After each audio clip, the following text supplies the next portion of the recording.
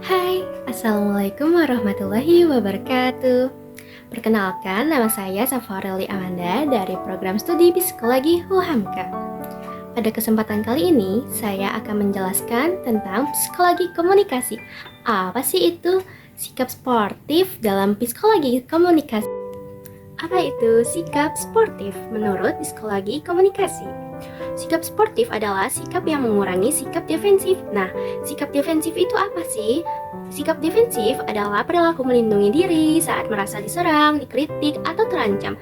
Dengan cara menolak masukan, mencari alasan, menyalahkan orang lain, ini adalah mekanisme pertahanan diri untuk melindungi ego dan harga diri.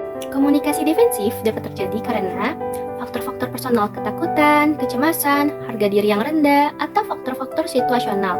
Di antara faktor-faktor situasional adalah perilaku komunikasi orang lain.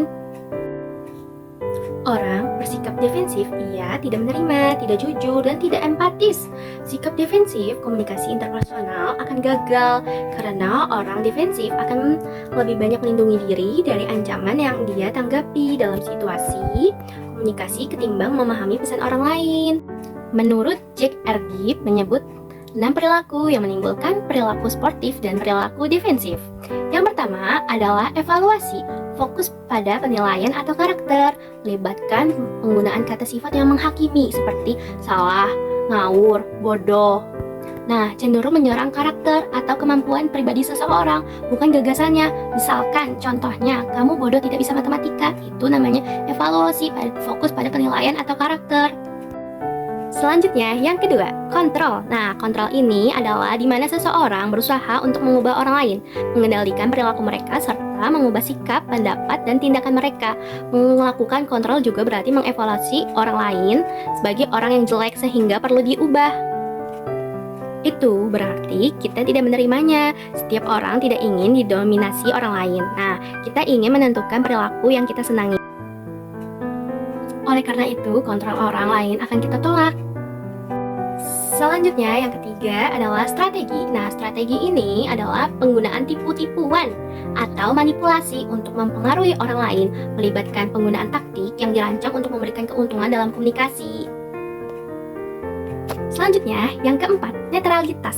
Nah, ini artinya sebagai sikap tidak memihak, imparsial, dan objektif yang berarti membuat keputusan berdasarkan fakta dan bukti, bukan berdasarkan perasaan atau bias pribadi atau preferensi sendiri.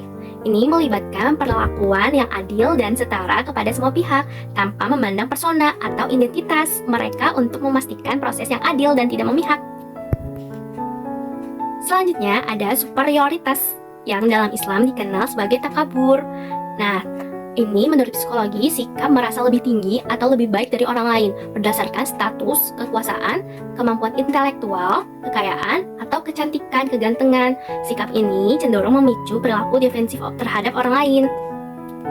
Selanjutnya, yang terakhir, keenam, kepastian atau certainty. Nah, orang yang memiliki kepastian bersifat dogmatis, ingin menang sendiri, egois, dan melihat pendapatnya sebagai kebenaran mutlak yang tidak dapat diganggu-gugat. Selanjutnya ada deskripsi. Nah, di sini deskripsi itu artinya fokus pada pengamatan perilaku. Tujuannya adalah untuk menyampaikan perasaan dan persepsi secara objektif terhadap suatu tindakan atau situasi tanpa memberikan penilaian nilai baik buruknya, benar atau salahnya. Deskripsi di sini yang dimaksud adalah untuk menghargai diri mereka, menerima mereka sebagai individu yang patut dihargai. Selanjutnya, sikap sportif yang bagian orientasi masalah. Nah, orientasi masalah adalah mengkomunikasikan keinginan untuk bekerja sama mencari pemecahan masalah bersama-sama. Yang selanjutnya, spontanitas. Nah, spontanitas ini sikap jujur yang dianggap tidak menyembunyikan motif. Terpendam adalah benar bila orang menganggap suatu tindakan dilakukan karena strategi. Mereka cenderung menjadi defensif. Hal ini disebabkan karena spontanitas menciptakan transparansi dan kepercayaan. Nah, selanjutnya ini adalah empati. Empati itu kemampuan untuk memahami, berbagi perasaan orang lain, kepedulian dalam komunikasi. Jika ini tidak ada, seperti mesin yang tidak punya perasaan dan tidak bisa menghargai orang lain dan tidak bisa berbagi.